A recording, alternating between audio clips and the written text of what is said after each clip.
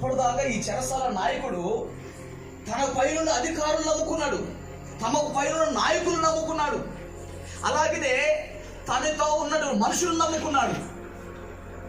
అయితే వాళ్ళ రక్షణ కుదరదు, వాళ్ళ రక్షణ రాదేమో అంటే నేను ఇన్ని రోజులు ఆధారపడింది సాధారణమైన మానవులు, అధికారులు, వీళ్ళ వల్ల ఎలాంటి ఉపయోగం లేదు అని చెప్పేసి ఆ రాత్రి ఆయన అక్కడ జరుగుతున్నటువంటి ఆరాధనలో గ్రహించాడు. అక్కడ జరుగుతున్న ఆ ప్రార్థన స్థుతిలో ఆయన విశ్వసించి వారందరూ ప్రార్థన చేస్తున్నప్పుడు, అక్కడ ఉన్నటువంటి ఆ పౌలు శీలలు ప్రార్థన చేస్తున్నప్పుడు అకస్మాత్తుగా ఆ ప్రాంతంలో భూకంపం వచ్చినంత గొప్ప శబ్దముతో ఆ యొక్క చెరసల బద్దలపై వారి చేతుకున్న సంఖ్యలు తెగిపోయాయి.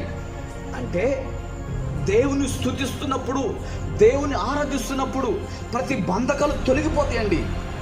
దేవుని మహిమపరుస్తున్నప్పుడు అక్కడ దేవుని ఏ కుటుంబం అయితే, ఏ మనుషుడైతే, ఎవరైతే దేవుని స్తుతిస్తుంటారో వారి స్థితిని ప్రభువు మార్చివేస్తాడు.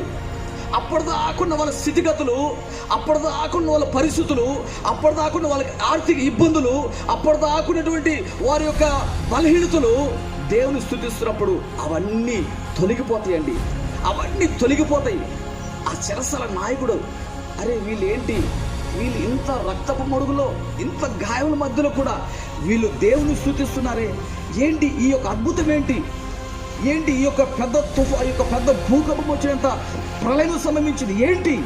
అప్పుడు గ్రహించాడు, అయ్యో ఇప్పటిదాకా నేను అధికారులు నమ్ముకున్నాను, ఇప్పటిదాకా నేను నాయకులు నమ్ముకున్నాను, ఇప్పటిదాకా నేను పెద్ద మనుషులు అనబడిన వారిని నమ్ముకున్నాను, ఇప్పటిదాకా ఒక ఉన్నతమైన స్థితి ఉన్నవారిని మీద ఆధారపడ్డాను. అయితే వారి వల్ల ఎలాంటి రక్షణ లేదు, రక్షణ యేసులో ఉందని, వీరు ప్రకటించే దేవుళ్ళు ఉందని ఆ యొక్క చెరసాల అధిపతి పౌలు దగ్గరకు వచ్చినప్పుడు అపోస్తల కార్యం 16వ అధ్యాయము 31వ వాక్యం ఈ మాట ఉంటుంది. అందుకు వారు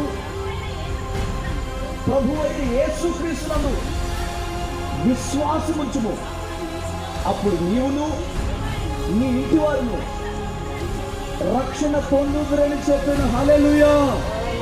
అంటే ఆ రాత్రి అక్కడ జరిగిన మహా అద్భుతం ఏంటంటే, దేవుణ్ణి ఎవరైతే స్తుతిస్తారో వారి ద్వారా బలమైన కార్యం దేవుడు జరిగిస్తారని, వారి ద్వారా దేవుడు అనేకులు రక్షిస్తారని ఈ వాక్యం ద్వారా దేవుడు మనకు నేర్పిస్తున్నాడండి.